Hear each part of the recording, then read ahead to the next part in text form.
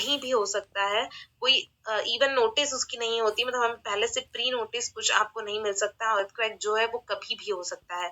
Major earthquakes जो हैं वो बहुत ही लेस फ्रीक्वेंट होते हैं और ये कॉज कर सकते हैं इमेंस डैमेज, मतलब आप सोच नहीं सकते इतना डैमेज ये कर सकते हैं बिल्डिंग्स को, ब्रिजेस को, डैम्स को, ह्यूमन लाइफ को भी। ग्रेट लॉस ऑफ लाइफ और प्रॉपर्टी दोनों चीजें अर्थक्वेक के कारण हो सकती हैं। इसके कारण फ्लड्स, लैंडस्लाइड्स और सुनामीज भी आ सकती हैं।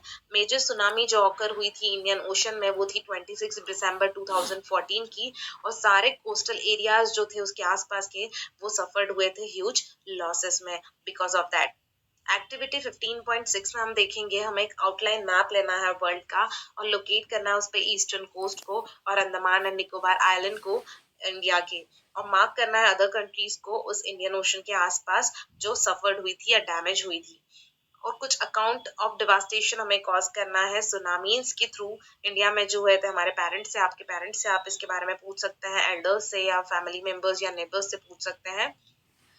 कॉजेज क्या होते हैं अर्थक्वेक की, जैसे कि हमें बूजो यहाँ कह रहा है कि उसकी ग्रैंडमदर ने उसे बताया था कि अर्थ जो है बैलेंस हुई है दो हॉर्न्स के बीच में, एक बुल के दो सिंग जो होते हैं हम कह सकते हैं उसके ऊपर हमारी अर्थ टिकी हुई है।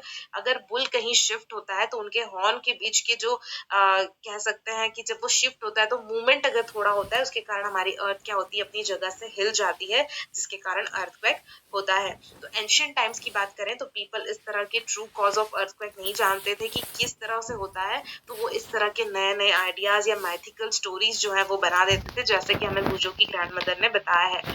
तो ये जो है other part of the world में आज भी इस तरह के माइट्स जो हैं वो अभी भी प्रेजेंट है, लोग अभी भी यही सोचते हैं। अब हमें पहली कह रही है कि किस तरह से डिस्टर्बेंस इनसाइड द अर्थ होता है। तो हम जैसे जानते हैं कि ट्रेमर्स जो है ये कॉज होते हैं डिस्टर्बेंस के कारण inside the upper most layer of the earth, जिसे हम क्रस्ट कहते हैं। क्रस्ट आप देख सकते हैं हमें यहाँ डायग्राम में दिया हुआ है, उसके नीचे का पार्ट मैंटल कहा जाता है, उसके अंदर का आउटर कोर और सबसे अंदर का इनर कोर कहा जाता है। Outer most layer of the earth जो है वो वन पीस की नहीं होती, ये फ्रेगमेंटेड होती है और एक एक फ्रेगमेंट को प्लेट कहा जाता है। और ये प्लेट जो है वो कॉन्टिन्यूअल मोशन में होती है। जब ब्रश करती हैं, वो ब्रश पास जो होता है एक दूसरे को जब वो करती हैं, जैसे कि हमें यहाँ पे दिया हुआ है यूरेशियन प्लेट और अरेबियन प्लेट, अर्थ प्लेट्स हैं इस तरह से। तो ये जब होता है तो उसके कारण प्लेट्स जो है वो एक दूसरे के कारण एक दूसरे के साथ कोलिजन होने लगता है और जिसके कारण डिस्टर्बेंस हो जाता है अर्थ के क्रस्ट के अंदर। और ये डिस्टर्बेंस जो है वो शो करता है अर्थक्वेक को हमारी अर्थ सरफेस के ऊपर, जैसे यहाँ देख सकते हैं आप कोलाइडिंग हुआ है या ब्रशिंग बर्स्ट में आगे पीछे हो गई है, तो इसके कारण हमें मूवमेंट्स ऑफ अर्थ पता चलती हैं। अब हमें बूजो पूछ रहा है कि क्या साइंटिस्ट बहुत ज्यादा जानते हैं अर्थक्वेक के बारे में, क्या वो प्रेडिक्ट कर सकते हैं कि कब और कैसे अगली ये जो है वो कब और कहाँ होने वाली है। तो although we know for sure what causes of earthquake, अभी तक ये पॉसिबल नहीं हुआ है प्रेडिक्ट करना कि कब और कहाँ पर अर्थक्वेक आने वाली है या मे बी ऑकर कब होगी। पहली कह रही है कि उसने कहीं पे पढ़ा था कि अंडरग्राउंड एक्सप्लोजन जो होता है उसके कारण भी ट्रिमर्स जो है वो कॉज होते हैं। ट्रिमर्स ऑन द अर्थ जो है वो कॉज होते हैं जब वोल्केनो इरप्ट होता है या मेटियोर हिट्स होते हैं अर्थ के ऊपर, और अंडरग्राउंड न्यूक्लियर एक्सप्लोजन अगर कभी होता है तो उसके कारण भी ट्रिमर्स कॉज होते हैं।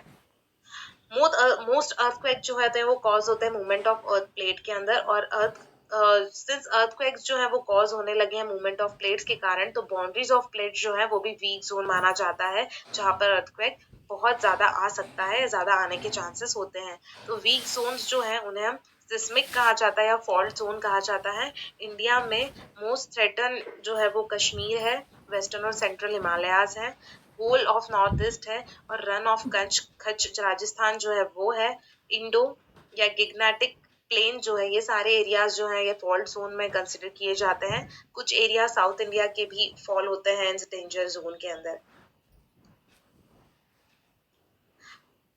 पावर ऑफ अर्थक्वेक जो है वो एक्सप्रेस किया जाता है मैग्नीट्यूड के टर्म में, और उसकी स्केल में मैग्नीट्यूड की स्केल में मेजर किया जाता है, उससे रिचर स्केल कहा जाता है जो हमारा मेजरिंग का मीडियम है।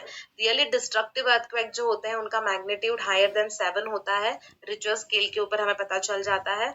जो भुज और कश्मीर में अर्थक्वेक आए थे उनके मैग्नीट्यूड ग्रेटर देन 7.5 थे, तो आप सोच सकते हैं कि कितना वर्स्ट इफेक्ट हुआ होगा उसका।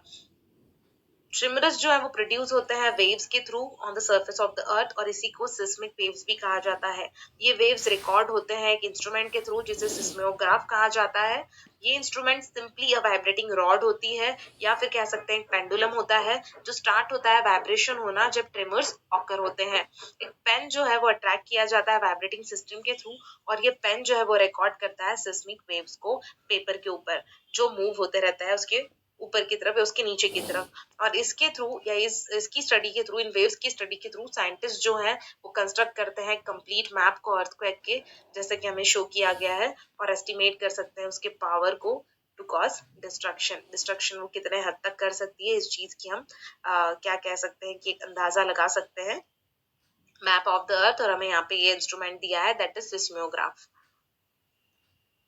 जैसे बहुत सारे अदर स्केल्स होते हैं साइंस में, डेसिबल भी एक अनदर एग्जांपल है। रिचर स्केल जो है ये लीनियर नहीं होता। इसका मतलब ये है कि अर्थक्वेक ऑफ मैग्नीट्यूड जैसे 6 है, तो वो मतलब अगर आपने सोचा है कि 6 मैग्नीट्यूड वाला अर्थक्वेक है, तो एग्जैक्टली 4 टाइम्स, मतलब जो उसका हाफ टाइम्स अगर हम देखेंगे तो डिस्ट्रक्टिव एनर्जी अर्थक्वेक की है वो मैग्नीट्यूड 4 बताएगी। इनफैक्ट आप ये कह सकते हैं कि अगर कह सकते हैं कि 2 मैग्नीट्यूड में भी इंक्रीज अगर हो रहा है तो 1000 टाइम्स मोर डिस्ट्रक्टिव हो सकता है। जैसे कि अगर अर्थक्वेक मैग्नीट्यूड 6 वाला है, मैग्नीट्यूड जिसका 6 है, तो वो अर्थक्वेक 1000 टाइम मोर डिस्ट्रक्टिव होगा एज कम्पेयर टू मैग्नीट्यूड 4। किसी अर्थक्वेक का 4 है तो आप सोचे कि सिर्फ 2 मैग्नीट्यूड बढ़ा है तो ज्यादा डिस्ट्रक्शन नहीं होगा, तो नहीं, ये 1000 टाइम्स मोर डिस्ट्रक्टिव हो सकता है। प्रोटेक्शन हम कैसे कर सकते हैं अर्थक्वेक से? तो अर्लियर पेजेस में जैसे हमने देखा कि हम प्रेडिक्ट नहीं कर सकते अर्थक्वेक को, तो हमें कुछ अपने लिए नेसेसरी प्रिकॉशंस की जरूरत होती है। पीपल जो सिस्मिक जोन में रहते हैं, अर्थक्वेक जहाँ पर बहुत ही ज्यादा ऑकर होने के चांसेस होते हैं, तो उन्हें स्पेशली प्रिपेयर्ड रहना चाहिए। सबसे पहले तो बिल्डिंग्स जो होती हैं इन जोन्स में वो डिजाइन इस तरह करी जाए ताकि वो मेजर ट्रिमर्स से बच सकें या उनके थ्रू इजीली गिरे ना, इस तरह की हमें बिल्डिंग्स बनानी है। ज्यादा बिल्डिंग्स या मॉडर्न बिल्डिंग्स जो होती है टेक्नोलॉजी की, वो पॉसिबल हो तो हम वैसी मॉडर्न बिल्डिंग्स को बनाएं। और ये एडवाइजेबल है कि स्ट्रक्चर जो आपकी बिल्डिंग का हो वो सिंपल हो, क्विक, सेफ हो। क्वालिफाइड आर्किटेक्ट्स या स्ट्रक्चरल इंजीनियर्स को आपको कंसल्ट करना चाहिए। हाईली सिस्मिक एरियाज की बात करें तो यूज ऑफ मड और टिम्बर जो है वो बेटर होता है as compare to heavy construction material, ताकि अगर ये डिस्ट्रक्शन के वक्त आपके ऊपर गिरे तो आप इनसे बच सकें। रूफ्स जो है आपको लाइट बनाने चाहिए, जो ऊपर का हमारा जो छत होता है जिसे हमें बहुत ही लाइट वेट के बनाने चाहिए, अगर स्ट्रक्चर फॉल हो जाए तो उससे ज्यादा डैमेज ना हो पाए। ये बेटर है कि कपबोर्ड्स और शेल्फ्स जो हैं वो आप वॉल के अंदर ही फिक्स किए हुए बनाएं, ताकि अगर ऐसा कुछ हो तो वो इजीली फॉल डाउन ना हो। एक बात याद रखें कि आपको क्लॉक्स और फोटो फ्रेम्स या वाटर हीटर ऐसी चीजों को ऐसी जगह हैंग करना है जहां से वो डायरेक्टली आपके ऊपर ना गिर पाए और अर्थक्वेक के थ्रू आपको उनसे कोई हार्म ना हो।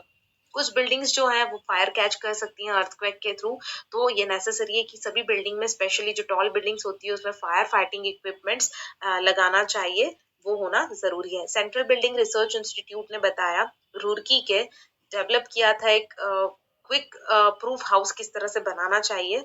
और इवेंट जो था जिसमें अर्थक्वेक स्ट्राइक होता है तो आपको ये फॉलोइंग स्टेप्स फॉलो करनी है। अगर आप घर पे हैं तो आपको शेल्टर लेना है, टेबल या स्टे होना है, शेकिंग टॉप्स के शेकिंग पे आपको स्टॉप करना है, शेल्टर्स के नीचे स्टॉप करना है, आपको टॉल और हैवी ऑब्जेक्ट से दूर रहना है, और आपको बेड